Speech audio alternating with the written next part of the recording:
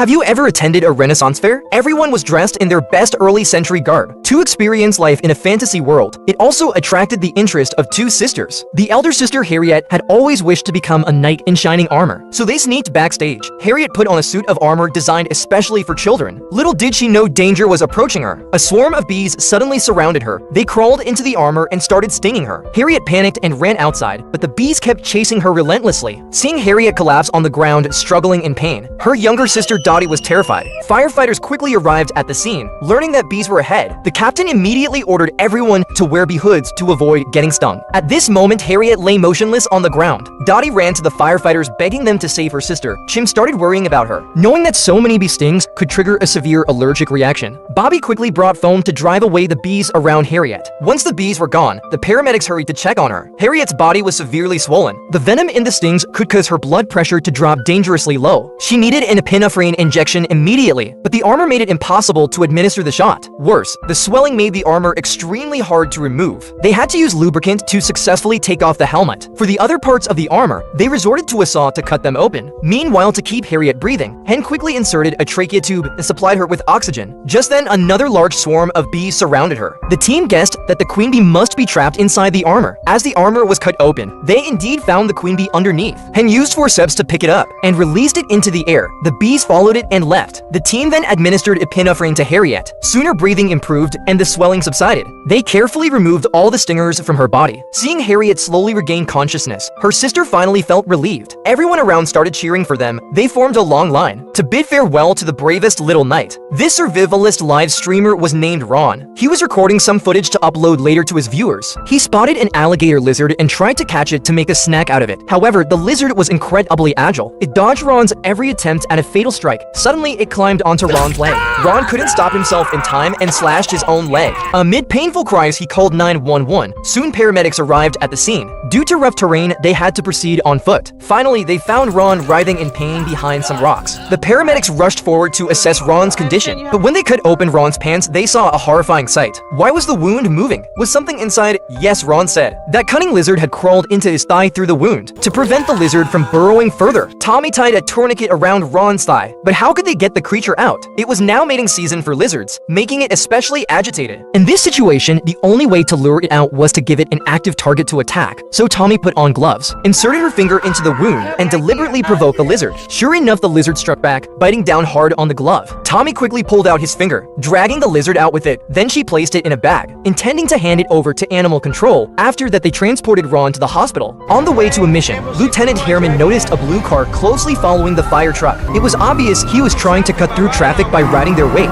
This made Harriman extremely anxious. The car was following too closely, and if the fire truck braked suddenly, the consequences could be disastrous. Harriman quickly used the horn to warn him. Despite a blast of the horn, the blue car showed no intention of backing off. If this continued, an accident was inevitable. Harriman was about to call CPD when suddenly two cars ahead almost collided and stopped in the road. The firefighter had to slam on the brake. The blue car couldn't react in time and crashed into the bumper, then veered into a parked car on the roadside. The firefighters had no choice but to abandon their mission and focus on rescuing the driver. However, all the car doors were tightly locked. Through the window, Harriman saw the driver was a young man. With insufficient tools on hand, he quickly called dispatch for help, requesting a truck company to be sent. But just then, Ritter noticed the fuel tank was leaking. There was no time to wait for the truck company. Harriman decided to climb into the car to save the driver and instructed Ritter to spray him with a hose immediately if the fuel ignited. The young man was clearly frightened now. Please. I'm gonna die. Harriman reassured him that he would get him out safely. Fortunately, the boy wasn't trapped. The team worked together to pull him out. But just as they succeeded, the fire began to spread. The flames were temporarily brought under control, but the driver's condition was critical. He showed signs of subcutaneous emphysema. The paramedic tried to intubate him, but the man, semi-conscious, resisted due to his gag reflex. They had no choice but to improvise 20 milligrams of Versed. Only then was the intubation successfully completed. Watching the young man come so close to death so many times took a toll on Harriman. It reminded him that his oldest son was preparing to leave for college, and how easily he could have been someone following too closely to the fire truck. The man shouted loudly for help. He said the repairman was fixing the elevator, but the elevator car suddenly fell. It crushed the repairman into the elevator shaft. What was even more desperate was, the elevator kept descending. The man was about to face danger. Kelly quickly assigned tasks. Captain Casey, however, slid in heroically. This move startled everyone. They hurried to have the team grab the Hearst tool and cribbing. At the same time, Otis was sent to override the controls and shut it off. The elevator was still slowly descending. Casey wedged a crowbar into the gears. He tried to stop the elevator from moving. The firefighters outside also wedged rods between the floor and the top of the car. Otis arrived in the control room just in time. He shut off the power buttons one by one. Power's cut on the freight elevator. It's not stopping, Otis!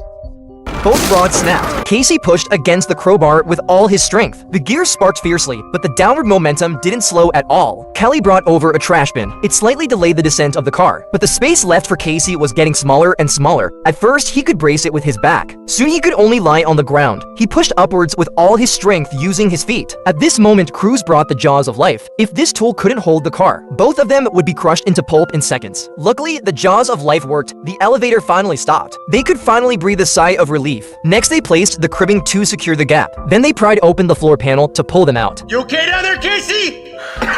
A little cramped, actually. It must be said, Casey's operation really shocked the firefighters. If they hadn't stopped the elevator today, it would have been a completely different story. Due to a domestic dispute, the man was hit in the head with a brick by his sister's boyfriend. His left eye was severely injured after an examination by paramedics. Emily said he had orbital pressure buildup. The man needed to be sent to the hospital immediately. At this moment, the cop nearby said the man refused to leave the room. She explained that he had an ankle monitor, and if he left the room, he would go back to jail. But if he didn't get medical attention in time, he would lose his eye no matter how hard they tried to convince him. The man refused to go to the hospital, knowing the conditions in jail. He was determined not to go back under any circumstances. Meanwhile, the cop was calling corrections to get the monitor shut off, but it would take 10 minutes. The situation was critical, and Emily said, if we tried to move him now, he'd lose the eye anyway. So she decided to perform a lateral canthotomy. However, as a paramedic, such a procedure was completely against the rules. After briefly sterilizing the scalpel, What you doing, lady? Trust me, I have to release the pressure or